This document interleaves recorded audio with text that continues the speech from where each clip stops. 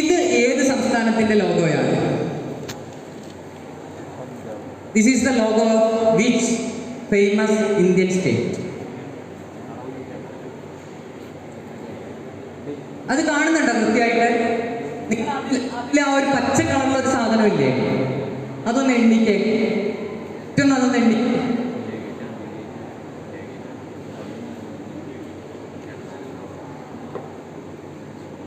എണ്ണിയോ? എത്ര ഉണ്ട്? ഒന്ന് എണ്ണിക്കേ. ടോട്ടൽ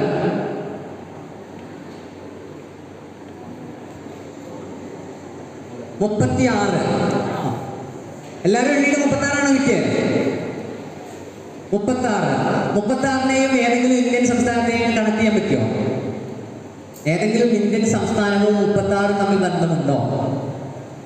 ഉണ്ടോ? ഒന്ന് ആലോചിച്ച് നോക്കിക്കേ. ഇല്ല. നമുക്കറിയുന്ന ഒരു സംസ്ഥാനത്തിന് 36മായി ബന്ധമില്ല. ഉറപ്പല്ലേ? ഗോവ. എന്താ ഗോവയും 36 തമ്മിൽ ബന്ധം? 36 ഏതെങ്കിലും ഇന്ത്യൻ സംസ്ഥാനവുമായി ബന്ധമുണ്ടോ? അതാണ് എന്റെ ചോദ്യം. പറയൂ. ഛത്തീസ്ഗഡ്. എന്താണ് 36 കണക്ഷൻ? ഹിന്ദിയിൽ 36 എന്ന് പറഞ്ഞാൽ ഛത്തീസാണ്. That's the correct answer. This is Chhattisgarh because 36 എന്നുള്ളതിനെ നമ്മൾ ഹിന്ദിയിൽ പറയുക ഛത്തീസാണ്. ഛത്തീസ്ഗഡ്.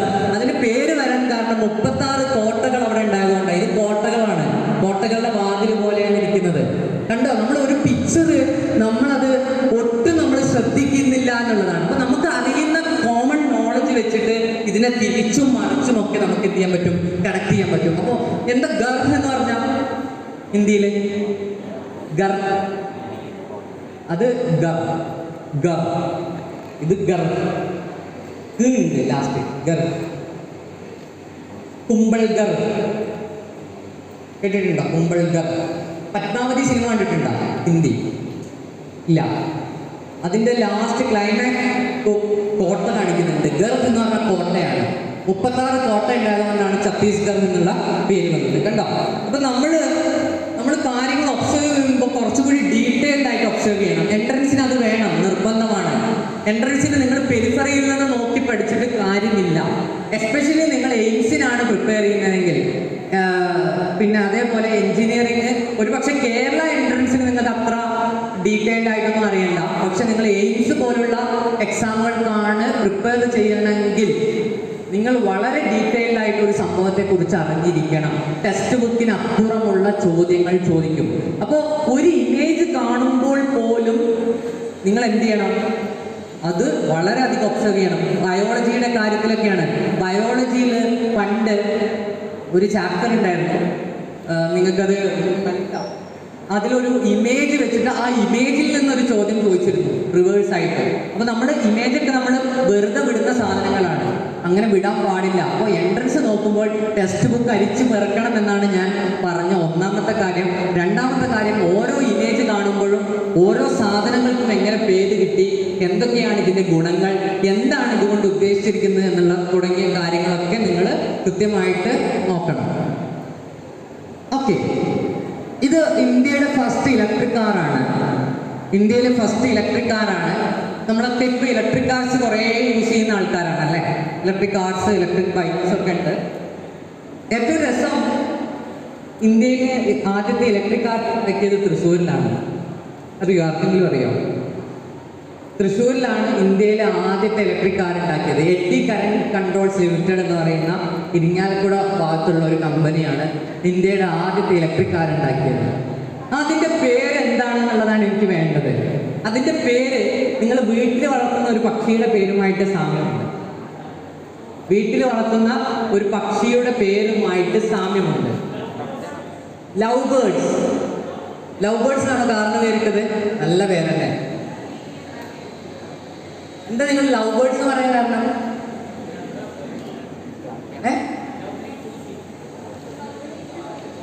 പുലി 2 സീറ്റർ എന്നുള്ളതിലെ അതെടുത്തിട്ടാണ്, അല്ലാതെ വേറെ എന്തെങ്കിലും റീസൺ?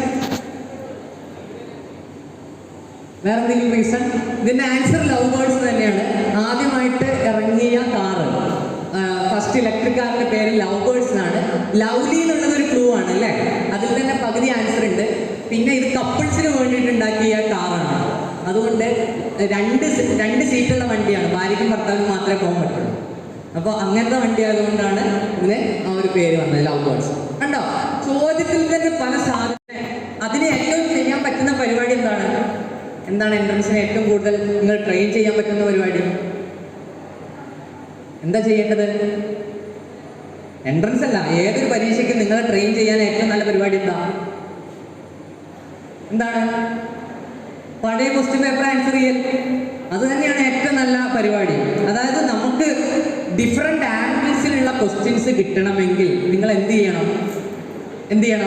പഴയ ക്വസ്റ്റ്യൻ പേപ്പേഴ്സ് എടുത്ത് ആൻസർ ചെയ്യുമ്പോൾ നിങ്ങൾക്ക് ഒരുപാട് ഐഡിയ കിട്ടും.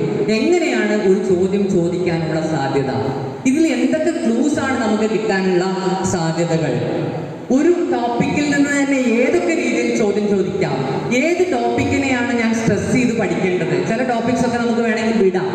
ഏത് ടോപ്പിക്സ് ആണ് നമ്മൾ സ്ട്രെസ് ചെയ്ത് പഠിക്കേണ്ടത് എന്നൊക്കെ കൃത്യമായിട്ട് നിങ്ങൾക്ക് മനസ്സിലാക്കണമെങ്കിൽ നിങ്ങളൊരു 10-15 വർഷത്തെ ചോദ്യങ്ങൾ നിരന്തരമായി ചെയ്ത് പഠിക്കണം. ആദ്യമൊക്കെ ചെയ്യൽ നടക്കണമെന്നൊന്നുമില്ല. അപ്പോൾ നിങ്ങൾക്ക് ഫ്രണ്ട്സിൻ്റെയും അതുപോലെ ടീച്ചേഴ്സിൻ്റെയും സഹായം നേടാം. വീണ്ടും ചെയ്യുക. അങ്ങനെ ചെയ്ത് പഠിക്കുമ്പോൾ നിങ്ങൾക്ക് മനസ്സിലാവും ഒരു ചോദ്യകർത്താവ് അടുത്ത ഒരു ചോദ്യം എങ്ങനെ ഇടാനാണ് സാധ്യത എന്നുള്ളത്. അപ്പൊ ഇപ്പൊ നിങ്ങൾക്ക് ഈ ഒരു പാറ്റേൺ കണ്ടപ്പോൾ നിങ്ങൾക്ക് മനസ്സിലായിട്ടുണ്ടാവും എങ്ങനെയാണ്. ഇപ്പൊ നിങ്ങൾ ഇത് ഗസ് ചെയ്യാൻ കാരണം എന്താ? ഞാനൊരു 4-5 എക്സാമ്പിൾസ് മുന്നേ പറഞ്ഞു തന്നുകൊണ്ട് നിങ്ങൾക്ക് മനസ്സിലായി ഇതിൻ്റെ ഉള്ളിൽ ക്ലൂ കിടക്കുന്നുണ്ട് എന്ന് വിചാരിച്ചുകൊണ്ടാണ് നിങ്ങൾ ഈ ലവ്ലിയിൽ ഫോക്കസ് ചെയ്തത് അല്ലേ?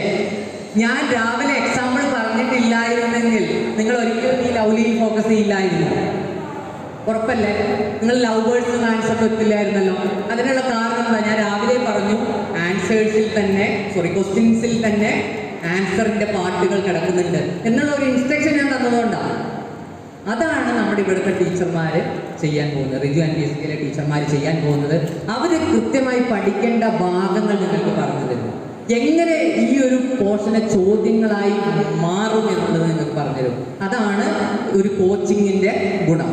അപ്പൊ ഇതേപോലെയുള്ള ഒരുപാട് ഗെയിമുകൾ ഉണ്ട്. ഇപ്പൊ തൽക്കാലം ഞാൻ അധികമൊന്നും പോകുന്നില്ല, വൈൻഡപ്പ് ചെയ്യാറായിരുന്നത്. ഇതൊരു എഞ്ചിനീയറാണ്. എഞ്ചിനീയർ ആവാൻ താല്പര്യമുള്ള ഒരുപാട് പേരുണ്ട്. ഇതൊരു എഞ്ചിനീയറിന്റെ ഫോട്ടോ ആണ് കേട്ടോ. ലോകം മുഴുവൻ അറിയപ്പെടുന്ന ഒരു എഞ്ചിനീയറിന്റെ ഫോട്ടോയാണ്. അദ്ദേഹം ബ്രിട്ടീഷുകാരനാണ്. ഇദ്ദേഹത്തിന്റെ ഒരു പ്രശസ്തി എന്ന് പറയുന്നത് അമ്പലങ്ങളിലുള്ള ഒരു എഞ്ചിനീയറാണ്. അമ്പലങ്ങളുള്ള എഞ്ചിനീയറിംഗ്, അതായത് ഇയാളെ ഇരുത്തി പൂജിക്കുന്ന അമ്പലങ്ങൾ ഉണ്ട് എന്നർത്ഥം. തമിഴ്നാട്ടിലാണ് ഈ അമ്പലങ്ങൾ കൂടുതലുള്ളത്. കമ്പം തേനി എന്നൊക്കെ പറയുന്ന ഭാഗത്ത് നിങ്ങൾ പോയി കഴിഞ്ഞാൽ ഈ ഒരു എഞ്ചിനീയർക്കുള്ള അമ്പലങ്ങൾ കാണാൻ പറ്റും. അത് തമിഴ്നാട്ടിലെ കർഷകരെ ഈ ഒരു വ്യക്തി ഉണ്ടാക്കിയ നിർമ്മിതി വളരെയധികം സഹായിച്ചു എന്നുള്ളത് കൊണ്ടാണ് ഇദ്ദേഹത്തിന് അമ്പലങ്ങൾ പണിതത്. അതുപോലെ തമിഴ്നാട് സർക്കാർ ഇദ്ദേഹത്തിന്റെ ജന്മദിനത്തിൽ അവധി പ്രഖ്യാപിച്ചിട്ടുണ്ട്. ഇത്രയും പ്രശസ്തനായ ഈ എഞ്ചിനീയർ എന്താണ് നിർമ്മിച്ചത് എന്നുള്ളതാണ് എൻ്റെ ചോദ്യം.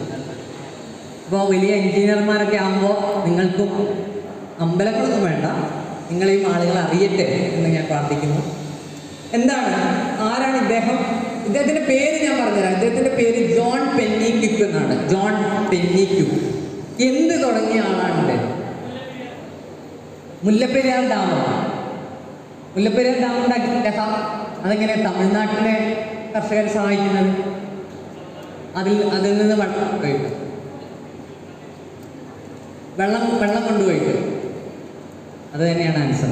ഇത് മുല്ലപ്പെരിയാർ ഡാം ഉണ്ടാക്കിയ വ്യക്തിയാണ്. ഒരു കയ്യടി കൊടുത്തേ.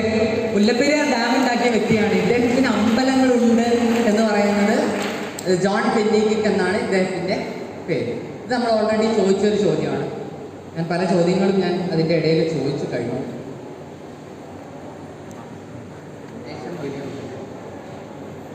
അടുത്ത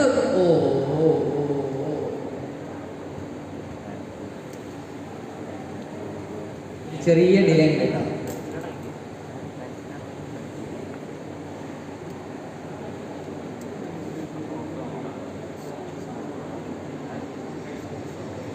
ഇവിടെ ഒന്നും വരുന്നില്ലല്ലോ. അതാണ് ടെക്നോളജിയുടെ ഒരു പ്രശ്നം. നമുക്ക് ആവശ്യമുള്ള സമയത്ത് ഇങ്ങോട്ട് കിട്ടില്ല. ഇത് ഒരു ചോദ്യമായിരുന്നു, ആ ചോദ്യത്തിന് ഉത്തരം വന്നുപോയി. നിങ്ങളെല്ലാവരും ഫേസ്ബുക്ക് ഉപയോഗിക്കുന്നവരല്ലേ? ഫേസ്ബുക്ക് ഉപയോഗിക്കുന്നവരായിരിക്കും കൂടുതൽ പേര്. എന്തുകൊണ്ടാണ് ഫേസ്ബുക്കിന് നീല കളർ വന്നതെന്ന് അറിയോ? അതിൻ്റെ ഉത്തരം ഇവിടെ വന്നുപോയി. ഫേസ്ബുക്കിന് നീല കളർ വരാൻ ഒരു പ്രത്യേക കാരണമുണ്ട്. എന്താണ് ആ കാരണം എന്നറിയോ? കാരണം മാർക്ക് സുക്കർബർഗ് എന്ന് പറയുന്ന ആളാണ് ഫേസ്ബുക്ക് തുടങ്ങുന്നത്. ആ സുക്കർബർഗിന് കളർ ബ്ലൈൻഡ്നെസ് ഉണ്ടായിരുന്നു. കളർ ബ്ലൈൻഡ്നെസ് നിങ്ങൾ പഠിക്കും, ബയോളജിയിൽ പഠിക്കും. കളർ ബ്ലൈൻഡ്നെസ് എന്ന് പറയുന്നത് കഴിഞ്ഞാൽ വർണ്ണാന്തത, അതായത് ചില കളറുകൾ കാണാൻ പറ്റില്ല. അപ്പോൾ അദ്ദേഹത്തിന് കാണാൻ പറ്റുന്ന കളർ ഏത് മാത്രമാണ്? ബ്ലൂ ആണ്. അതുകൊണ്ടാണ് ബ്ലൂ കളർ കൊടുത്തത്. ഇതുപോലെ പല സാധനങ്ങളും നമ്മൾ ഒബ്സർവ് ചെയ്തിട്ടുണ്ടാവും, പക്ഷെ അതിൻ്റെ റീസൺ നമുക്ക് കൃത്യമായിട്ട് അറിയാൻ കഴിയില്ല. വളരെ സിമ്പിൾ ആയിട്ടുള്ള ഒരു അടുത്ത ചോദ്യം, എങ്ങനെയാണ് മന്ത്സിന് ഈ പേര് കിട്ടിയത്? മന്ത്സ് ഉണ്ടല്ലോ, 12 മന്ത്സ്. 12 മന്ത്സിന് പേര് കിട്ടാൻ കാരണം എന്താണെന്ന് ആരെങ്കിലും ആലോചിച്ച് നോക്കിയിട്ടുണ്ടോ? 12 മാസങ്ങൾ നമുക്കുണ്ട്. എന്താണ് ഈ 12 മാസങ്ങൾക്ക് പേര് കിട്ടാനുള്ള കാരണം? ആരെങ്കിലും ആലോചിച്ചിട്ടുണ്ടോ? എന്തായാലും വളരെ സിമ്പിളാണ്. അവസാനത്തെ മാസങ്ങൾ സെപ്റ്റംബർ, ഒക്ടോബർ, നവംബർ, ഡിസംബർ. ഈ വാക്കുകൾ നിങ്ങൾ കേട്ടിട്ടുണ്ടാവും. സെപ്പ് എന്ന് പറഞ്ഞു കഴിഞ്ഞാൽ കെമിസ്ട്രി പഠിച്ചവരാണെങ്കിൽ കേട്ടിട്ടുണ്ടാവും. ഓർഗാനിക് കെമിസ്ട്രിയിൽ സെപ്പ് എന്ന് പറഞ്ഞാൽ എന്താ? സെപ്പ് എന്ന് പറഞ്ഞാൽ 7. 7ാമത്തെ മാസം ആയതുകൊണ്ടാണ് സെപ്റ്റംബറിന് ആ പേര് കിട്ടിയത് അല്ലേ? ഒക്ടോബർ 8, നവംബർ 9, ഡിസംബർ 10ാമത്തെ മാസമായതുകൊണ്ട് ഡിസംബറിന് പേര് കിട്ടി അല്ലേ? ശരിയല്ലേ? ഡിസംബർ 10ാമത്തെ മാസമല്ലേ? ഡിസംബർ 12ാമത്തെ മാസമാണോ ഡിസംബർ? എന്നിട്ട് പേര് 10 എന്നാണല്ലോ കൊടുക്കുന്നത്. ഡെക്ക് എന്ന് പറഞ്ഞാൽ 10ആണ്, നവ് എന്ന് പറഞ്ഞാൽ 9ആണ് അല്ലേ? എന്ത് പറ്റിപ്പോയി? അവിടെയാണ് പ്രശ്നം. പണ്ട് കാലത്തെ കലണ്ടറിൽ 10 മാസം ഉണ്ടായിരുന്നു. പിന്നെയാണ് ഈ മാസങ്ങൾ എന്താക്കി മാറ്റിയത്? 12 മാസമാക്കി മാറ്റിയത്. പക്ഷെ പേരെന്ത് ചെയ്തു? പേര് മാറ്റിയില്ല. ഇങ്ങനെ കുറേ ആൾക്കാരുണ്ട് പേര് മാറ്റാത്ത ആൾക്കാർ. പണ്ടൊരു പേര് വിളിക്കും, ഇപ്പോൾ അതേ പേരൊക്കെ വിളിക്കും. അങ്ങനത്തെ കുറച്ച് അബദ്ധങ്ങളുണ്ട് നമുക്ക് കുറേ അബദ്ധങ്ങൾ അങ്ങനെ ഉണ്ട്. ഇപ്പോൾ മിസ്നോമർ എന്ന് കേട്ടിട്ടുണ്ടോ? മിസ്നോമർ എന്ന് പറഞ്ഞാൽ ഒരു ബന്ധമില്ലാത്ത സാധനങ്ങളെയാണ് നമ്മൾ മിസ്നോമർ എന്ന് വിളിക്കുക. ഒരാളെ നമുക്ക് സുന്ദരൻ എന്ന് പേരിട്ടു, അയാളൊട്ടും സുന്ദരനാവാതിരിക്കും. അങ്ങനത്തെ ഒരു അവസ്ഥയാണ് മിസ്നോമർ എന്ന് പറയുന്നത്. അത് നിങ്ങൾക്ക് പല ഉദാഹരണത്തിന് ഓപ്പറേഷൻ തിയേറ്റർ. നിങ്ങൾ ഇനി ഓപ്പറേഷൻ തിയേറ്ററിലൊക്കെ പോയി പണിയെടുക്കാനുള്ള ആൾക്കാരാണ്. ഓപ്പറേഷൻ തിയേറ്റർ എന്താ? തിയേറ്റർ എന്ന് പറഞ്ഞാൽ കാണുക അല്ലേ? സിനിമ തിയേറ്റർ, സിനിമ കാണുക. ഓപ്പറേഷൻ തിയേറ്റർ എന്താ? ഓപ്പറേഷൻ കാണാൻ പറ്റുന്ന സ്ഥലം, ഓപ്പറേഷൻ കാണിക്കുന്ന സ്ഥലമാണ് ഓപ്പറേഷൻ തിയേറ്റർ അല്ലല്ലോ. പക്ഷെ അങ്ങനെ ആയിരുന്നു. അതുകൊണ്ടാണ് ആ പേര് വന്നത്. ഓപ്പറേഷൻ പണ്ട് കാലത്ത് കാണിച്ചു കൊടുക്കുമായിരുന്നു. അതായത് ഡോക്ടറാണ് ഡിസംബറിന് പേരിട്ടത്. പക്ഷെ പിന്നെ 12 മാസം ആക്കിയപ്പോഴും ആളുടെ പേര് മാറ്റിയില്ല. അപ്പൊ സെപ്റ്റംബർ, ഒക്ടോബർ, നവംബർ, ഡിസംബറിന് പേര് കിട്ടിയ കഥ നമുക്ക് മനസ്സിലായി. എന്താ ജനുവരിക്ക് പേര് കിട്ടാൻ കാരണം? ജനുവരി അല്ലെങ്കിൽ ജനുവരി മാസത്തിൽ ജനിച്ചവരുണ്ടോ? ഞാൻ ജനുവരിക്കാരനാണ്. എൻ്റെ ഡേറ്റ് ഓഫ് ബർത്ത് എന്താണെന്ന് അറിയോ? Can you guess?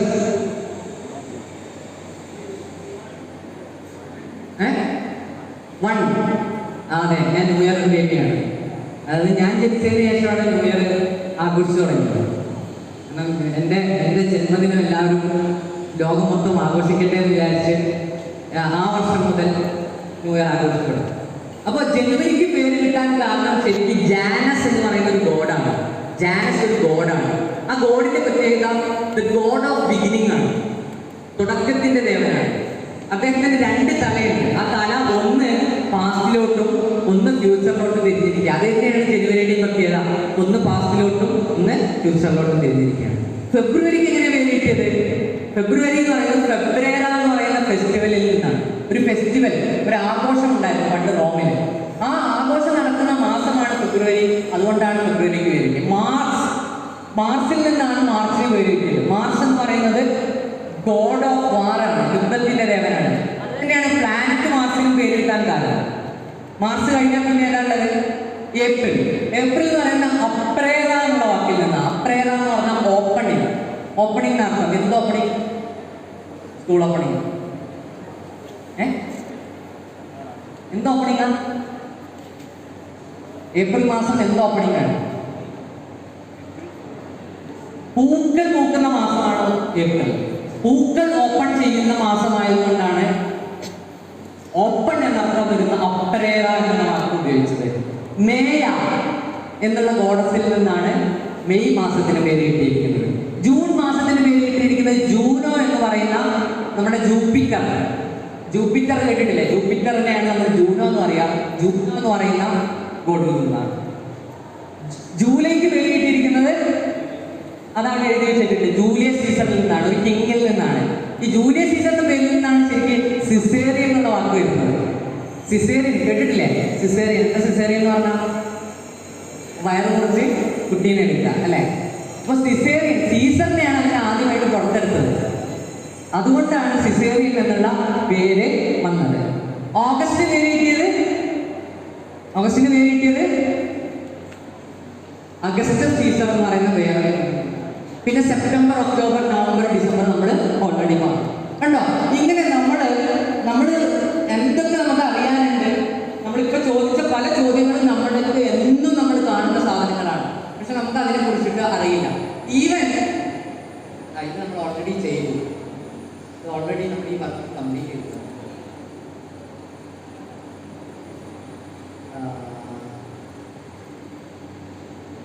എന്താ പ്രശ്നം എന്ന് ചോദിച്ചു കഴിഞ്ഞാൽ ഈവൻ എത്ര പേർക്ക്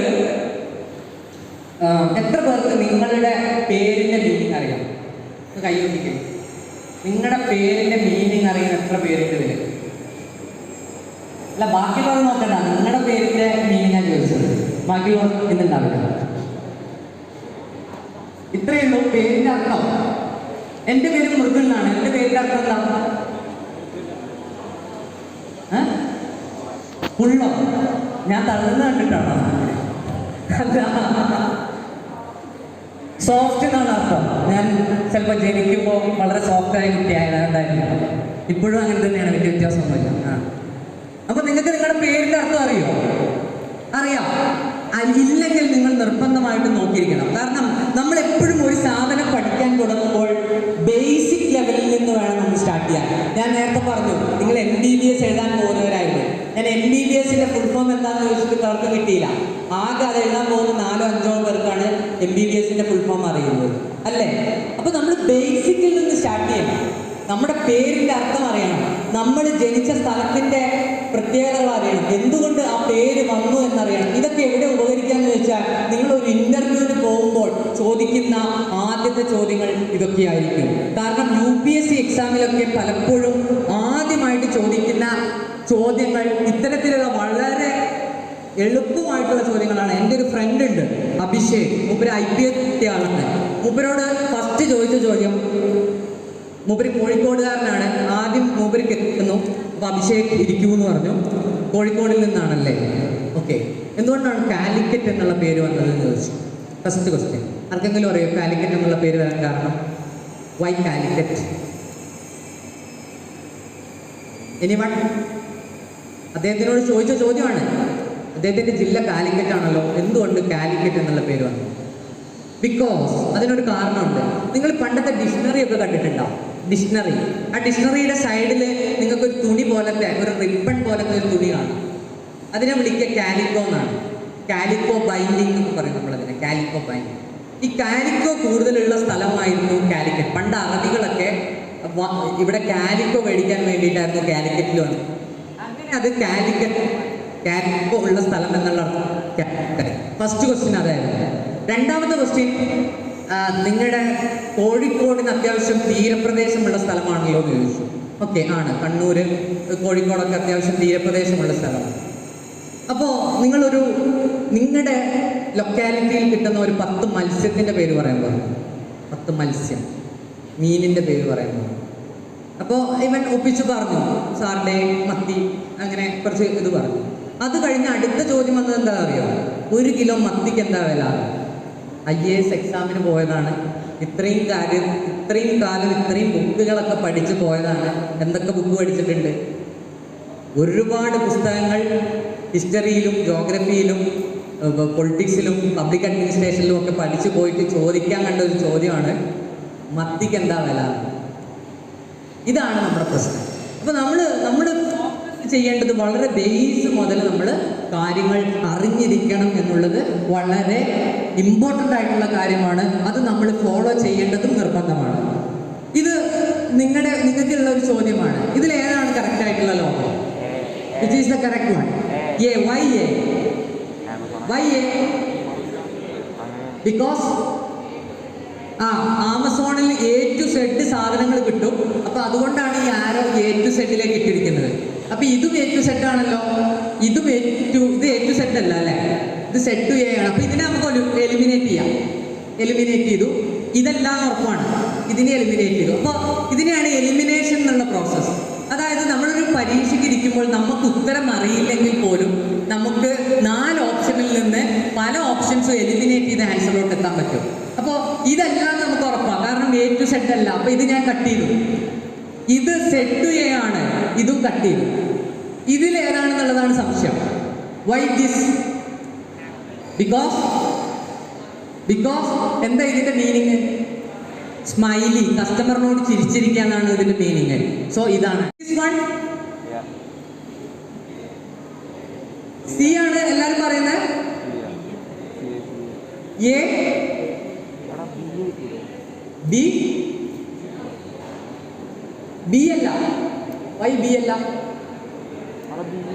ബിയില് മോളിൽ ഈ സാധനം ഇല്ല അല്ലേ, ഒക്കെ എല്ലാത്തിനും മോളിൽ ഈ സാധനം ഉണ്ട്. അപ്പൊ ബീനെ നമുക്ക് കട്ട് ചെയ്യാം. അപ്പൊ ബി വേണ്ട, പോട്ടെ. അപ്പൊ 3 ഓപ്ഷൻ ഉണ്ട്. 3 ഓപ്ഷനിൽ ഇതാണോ ഇതാണോ ഇതാണോ? എ ഇതാണ് അല്ലേ, എല്ലാവരും എ ആണ് പറയുന്നത്. സി, എ, ഡി എല്ലാം വിളിച്ചു പറഞ്ഞത്. ഒന്ന് ഉറപ്പിക്ക്, 1 തരം 2 തരം 3 തരം ഏത് വേണം? ഇതെന്താ ഇതിന്റെ മീനിങ്? What is this? ഇതെന്താ വരാൻ സാധ്യത? ഫ്ലാഗ്. ഫെറാറി ഏത് രാജ്യം ഉണ്ടാക്കുന്ന വണ്ടിയാ? ഇറ്റലി. ഇറ്റലിയുടെ ഫ്ലാഗിന്റെ കളർ എന്താ? ഫുട്ബോളൊക്കെ നോക്കുന്നവർക്ക് അറിയാം. എന്താണ് ഇറ്റലിയുടെ ഫ്ലാഗിന്റെ കളർ? പച്ച, വെള്ള, ചുവപ്പ്. അപ്പൊ ഇതല്ലാതെ മനസ്സിലായി, കാരണം ഇത് ചുവപ്പ്, വെള്ള, പച്ചയാണ്. 2 കട്ട് ചെയ്തു. ഇനി ഇതിലേതാ കറക്റ്റ്? എ. എല്ലാവരും എ ആണോ പറയുന്നത്? അതായത് കുതിര അങ്ങോട്ട് തിരിഞ്ഞിരിക്കാന്നാണ് എല്ലാവരും പറയുന്നത്. കുതിര അങ്ങോട്ടാണ് തിരിഞ്ഞിരിക്കുന്നത്. എ ആണോ ഡി ആണോ? എല്ലാവരും എ ആണോ? എന്നാൽ നമുക്ക് നോക്കാം ആൻസർ. എല്ലാവരും എ ആണെങ്കിൽ നോക്കാം നമുക്ക് ആൻസർ. എന്താ ഉത്തരം? ഡി ആണ് ഉത്തരം. കണ്ടോ, നമ്മൾ എത്ര തവണ എന്നിട്ടും നമുക്ക് കൺഫ്യൂഷൻ വരുന്നില്ലേ? ഇതാണ് പലപ്പോഴും പ്രശ്നം പറ്റുക. എൻട്രൻസ് എക്സാമിന്റെ പരീക്ഷ ഹാളിലിരിക്കുമ്പോൾ നിങ്ങൾ എത്രയോ തവണ കണ്ട ചോദ്യങ്ങൾ നിങ്ങൾക്ക് കൺഫ്യൂഷൻ വരും. അതെന്തുകൊണ്ടാണെന്നറിയോ? നിങ്ങൾ അതിനെ കാര്യമാക്കി ശ്രദ്ധിക്കുന്നില്ല എന്നുള്ളതാണ്. നിങ്ങൾ വിചാരിക്കും നിങ്ങളൊരു സാധനം പഠിച്ചു കഴിഞ്ഞാൽ ഇത് കംപ്ലീറ്റ് ആയി. പക്ഷേ അതിൻ്റെ ഉള്ളിൽ നിന്ന് കാമ്പുള്ള ചില ചോദ്യങ്ങൾ നമുക്ക് അതിൽ നിന്ന് ക്രിയേറ്റ് ചെയ്തെടുക്കാൻ പറ്റും. അപ്പോൾ നമുക്ക് പല കൺഫ്യൂഷൻസ് വരും. ഇതിപ്പോൾ എത്രയോ തവണ കണ്ട ലോഗോയാണ്, എന്നിട്ട് നമുക്ക് കൺഫ്യൂഷൻ വന്നില്ലേ? ഇതിനേക്കാൾ രസകരമായിട്ടുള്ള ഒരാളുണ്ട്. നിങ്ങൾ ഏറ്റവും കൂടുതൽ കണ്ട ഒരു ലോഗോ ഇതായിരിക്കും. ഏറ്റവും കൂടുതൽ കണ്ട ഒരു ലോഗോ ഇതായിരിക്കും. ഇതിലേതാ കറക്റ്റ്? നമ്മൾ എല്ലാ ദിവസവും ഇന്റർനെറ്റ് തുറന്നു നോക്കുന്ന ആളാണ്. ഗൂഗിളിൽ നിന്ന് എത്രയോ തവണ നമ്മൾ കണ്ടതാണ്. ഇതിലേതാ കറക്റ്റ്? കൺഫ്യൂഷൻ ആയില്ലേ? എന്താ പറ്റിയത് പ്രശ്നം? നമ്മൾ ഒബ്സേർവ് ചെയ്യുന്നുണ്ട്. ആ ഒബ്സേർവ് ചെയ്യുന്ന സാധനത്തെ നമ്മൾ ഫീഡ് ചെയ്യുന്നില്ല. അവിടെയാണ് പ്രശ്നം. നമ്മൾ ഇത് ജസ്റ്റ് ഒബ്സേർവ് ചെയ്ത് വിടുകയാണ്. ഇതിനൊരു എക്സാമ്പിൾ ഞാൻ പറഞ്ഞുതരാം. 2000 മസാച്യൂസെറ്റ്സ് ഇൻസ്റ്റിറ്റ്യൂട്ട് ഓഫ് ടെക്നോളജി കുട്ടികൾക്കിടയിൽ ഒരു എക്സാം നടത്തി. എക്സാം വളരെ സിമ്പിളാണ്. ചോദ്യം ഇത്രയേ ഉള്ളൂ: ട്രാഫിക് ലൈറ്റിൽ ഏറ്റവും മുകളിൽ കാണുന്ന കളർ ഏതാണെന്നാണ് ചോദ്യം. 80% കുട്ടികളും തെറ്റിച്ചു എന്നാണ് കണക്ക്. ട്രാഫിക് ലൈറ്റിൻ്റെ മുകളിൽ കാണുന്ന കളറ് 80% കുട്ടികൾ തെറ്റിച്ചു എന്ന് പറഞ്ഞു കഴിഞ്ഞാൽ അതിൻ്റെ അവസ്ഥ എന്താ? കാരണം അവരെല്ലാ ദിവസവും കാണുന്ന സാധനമാണ്, പക്ഷെ നമ്മളത് ഫീഡ് ചെയ്യില്ല. നമ്മൾ ഈ സാധനമൊക്കെ നമ്മൾ എന്ത് ചെയ്യില്ല, ഒരിക്കലും ഫീഡ് ചെയ്യില്ല. അത് നമ്മൾ കൃത്യമായിട്ട് എടുത്ത് നമ്മൾ നമ്മുടെ മെമ്മറിയിലോട്ട് ഫീഡ് ചെയ്യണം. അതിന് എന്തെങ്കിലുമൊക്കെ ട്രിക്കുകൾ, അതിനാണ് നമ്മൾ ഈ ട്രിക്കുകളും ടിപ്സുകളും ഒക്കെ ഉപയോഗിക്കുന്നത്. അത് നമ്മൾ കൃത്യമായിട്ട് ചെയ്യണം. ഇതിൽ ഏതാണ് ആ logo? Which one is the correct one? 4 C.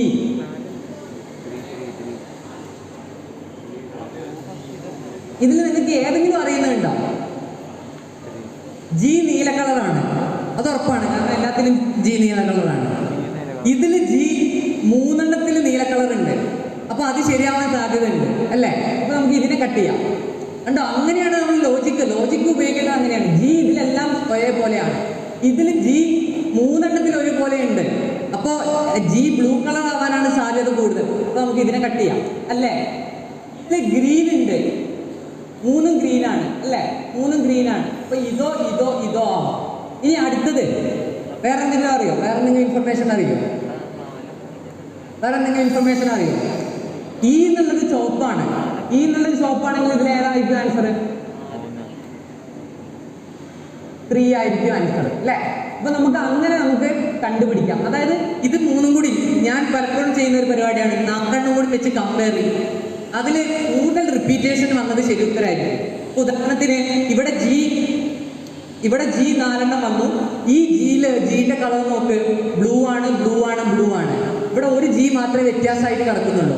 അപ്പോൾ ഇതിൽ ജിന്റെ കളർ ഏതായിരിക്കും പ്രോബബിലിറ്റി കൂടുതൽ? നീല കളറാവാനാണ് പ്രോബബിലിറ്റി. അപ്പോൾ ഇത് നമുക്ക് കട്ട് ചെയ്യാം. മനസ്സിലായോ? അങ്ങനെ നമുക്ക് കമ്പയർ ചെയ്ത് ആൻസറിലോട്ട് എത്താം. ഇവിടെ ഗൂഗിളിന്റെ കറക്റ്റ് ആൻസർ എന്ന് പറയുന്നത് 3ാമത്തതാണ് കേട്ടോ. അപ്പോൾ ഇതേപോലെ ഒരുപാട് ടെക്നിക്സ് നമുക്ക് മത്സര പരീക്ഷകളിൽ ഉപയോഗിക്കും. ഇപ്പം തന്നെ ഞാൻ എത്രയോ ടെക്നിക്സ് പറഞ്ഞു. അതിൻ്റെ ഡീറ്റെയിൽഡ് ആയിട്ടുള്ള ക്ലാസ്സുകളൊന്നും ഞാൻ എടുത്തിട്ടില്ല. ജസ്റ്റ് അതിൻ്റെ ചില ടെക്നിക്സിൻ്റെ എക്സാമ്പിൾസ് മാത്രമാണ് ഞാൻ പറഞ്ഞത്.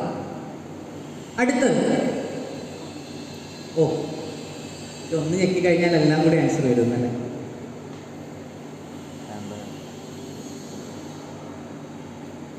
ഓക്കെ, ഇതെന്തിൻ്റെ ലോഗോയാണെന്ന് അറിയോ ആർക്കെങ്കിലും? ഇതാരെങ്കിലും കണ്ടിട്ടുണ്ടോ ഈ ലോഗോ? ഇത് ചിലപ്പോൾ ഇവിടെ ഇരിക്കുന്ന ആർക്കെങ്കിലും ഒക്കെ ഇതാവാൻ ആഗ്രഹം ഉണ്ടായിരിക്കും. ഡോക്ടറിന്റെ ലോഗോയാണത്? അല്ല. ഇത് ഡോക്ടറിന്റെ ലോഗോയാണോ? അല്ല, ഡോക്ടറിന്റെ ലോഗോ ഇങ്ങനെയല്ല. പക്ഷെ ഇതിലൊരാളുണ്ട്, പാമ്പുണ്ട്. ഈ ഡോക്ടർമാരുടെ അടുത്ത് മൊത്തം പാമ്പ് എന്തിനാണ് ഈ കൊണ്ടുവരുന്നതെന്ന് എനിക്കിതുവരെ മനസ്സിലായില്ല. എല്ലാ ലോഗോയിലും കാണാല്ലേ പാമ്പ്? ഇത്ര വിഷമുള്ള ആൾക്കാരാണ്. എന്താണ് അതിന്റെ മീനിങ്? അതിലൊരു സ്റ്റിക്ക് കാണാം, ഒരു വടി. അതെന്താ? അന്വേഷിച്ച് കണ്ടുപിടിക്കുക. എല്ലാം ഞാൻ പറഞ്ഞു തരുന്നില്ല. അതിനൊരു മിത്തോളജിയുമായിട്ടുള്ളൊരു കണക്ഷൻ ഉണ്ട്. ഇത് എന്തിന്റെ ലോഗോയാണ്? ഇത് something related to medicinal field, right? Because this snake. So any other clue? ഇതില് സ്നേക്ക് ഉണ്ട്. സ്നേക്ക് ഉണ്ടായതുകൊണ്ട് തന്നെ something related to hospital field എന്ന് നമുക്ക് ഗസ് ചെയ്യാം. ഇനി വേറെ എന്തെങ്കിലും കാണാനുണ്ടോ? ഒരു ഗ്ലാസ് കാണാനുണ്ട് അല്ലേ? സോ ഗ്ലാസ് ആണെങ്കിൽ അതെന്തായിരിക്കും? ഫാർമസി. ഇത് ഫാർമസിസ്റ്റ് ആവാൻ, ഫാർമസിസ്റ്റിന്റെ ലോഗോയാണിത്. കണ്ടോ? അപ്പൊ നമ്മൾ ഗസ് ചെയ്ത് നിങ്ങൾ എത്തുന്നത് കണ്ടോ?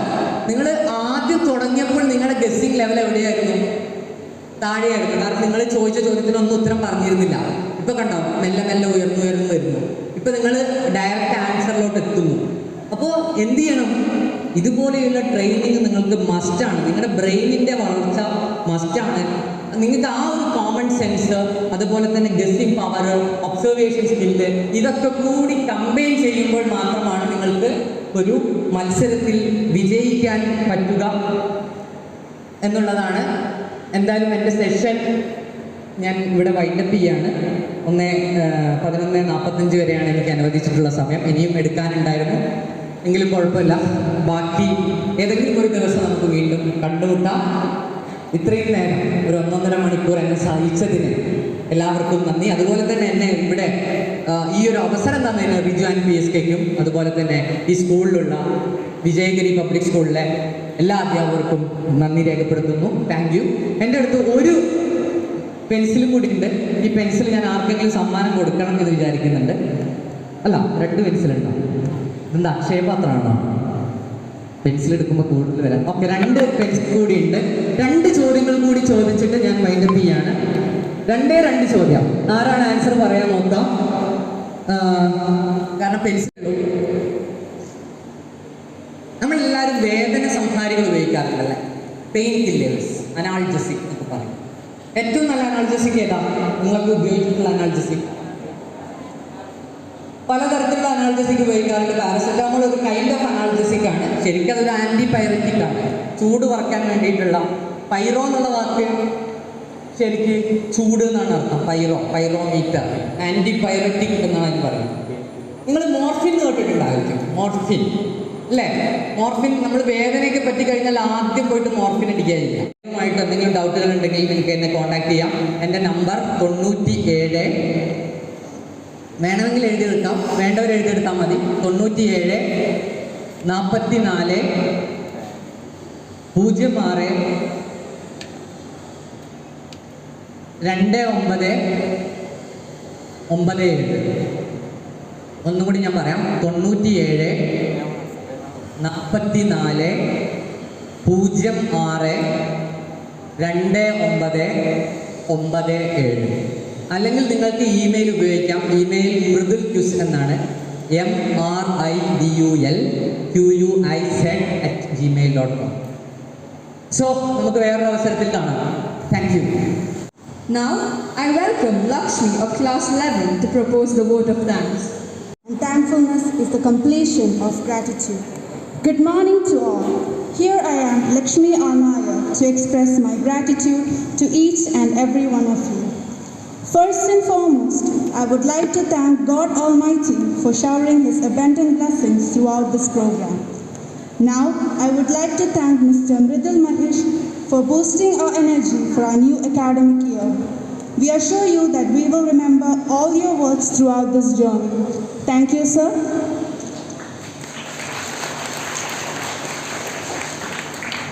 Now, I would like to express my sincere gratitude to our dear manager, Father Samuel Matthew, Principal N.M. Jyoth sir, Director Riju and PSK classes, Riju Shankar sir, academic coordinators, and to all the teaching and non-teaching staffs for organizing this program. Last but not the least, my gratitude goes to all of my dearest friends and parents for your kind cooperation and support. Once again, thank you all and have a wonderful day.